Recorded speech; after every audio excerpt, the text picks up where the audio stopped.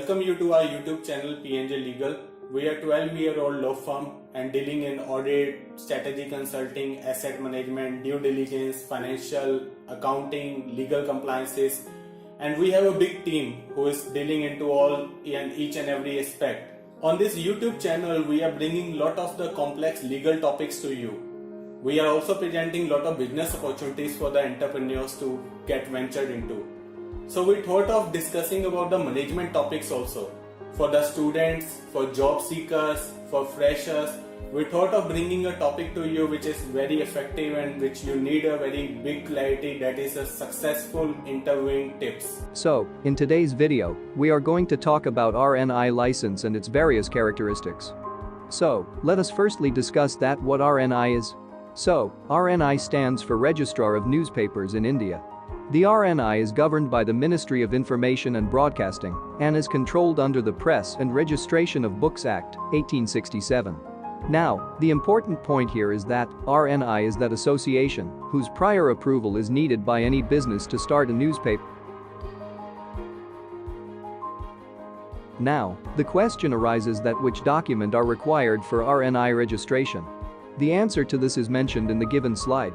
So firstly, we need to have a copy of the title verification and a declaration of approval of titles and credentials by the district magistrate or an additional district magistrate.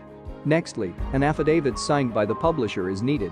Lastly, the two things required are the copy of first newspaper publication and the copy of the agreement between the printer and the printing press. Now, we also need to know that there are several KIC documents that are needed for RNI registration. The KIC documents required are copy of PAN card, details of the promoter or partner, ID and address, etc.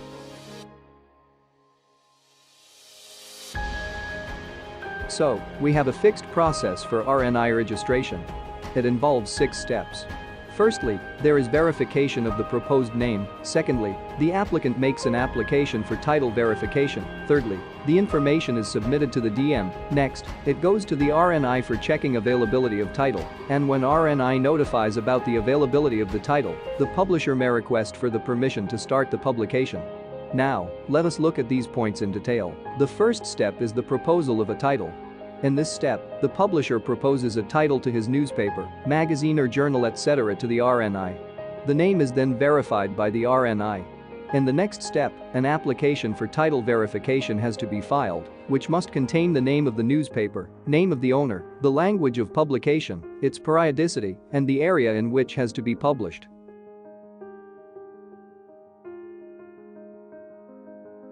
The information is then submitted to the DM for verification. In the next step, there should be verification of the credentials by the DM. After this verification, the application is again forwarded back to the RNI for checking the availability of the title. Okay please, sunflower. Now, if the title is available, the RNI issues a letter of title verification to notify the DM and the publisher about the availability of the title. When this happens, and the publisher has received the confirmation for title, he needs to seek the permission of the DM to start the publication. The first publication of the newspaper must come out within 45 days if its periodicity is daily or weekly. Else, it should be out in 90 days if its periodicity is more. Now, it is also very important to know that what all should be there in a print when it is brought to the people. The current slide deals with that. So, we must have the issue number, the volume number, title of the newspaper on all pages of the newspaper, which should be prominently there on the cover page. The newspaper should also include date of issue, respective page numbers, and finally an imprint line that contains the name of the printer, publisher, editor, owner, the place of publication, and the name and address of the printing press.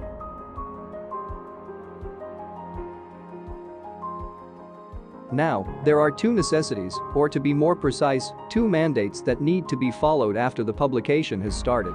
Firstly, after the last day of February every year, the first issue must contain Form 4, which provides information regarding ownership and other details of the newspaper. Secondly, Form 2 must be filled on or before the last day of May every year regarding the annual statement. To conclude, we can say that RNI registration is an extremely important process which keeps a check on the registration of various publications, thus helping the expanse of print media in an effective and safe manner.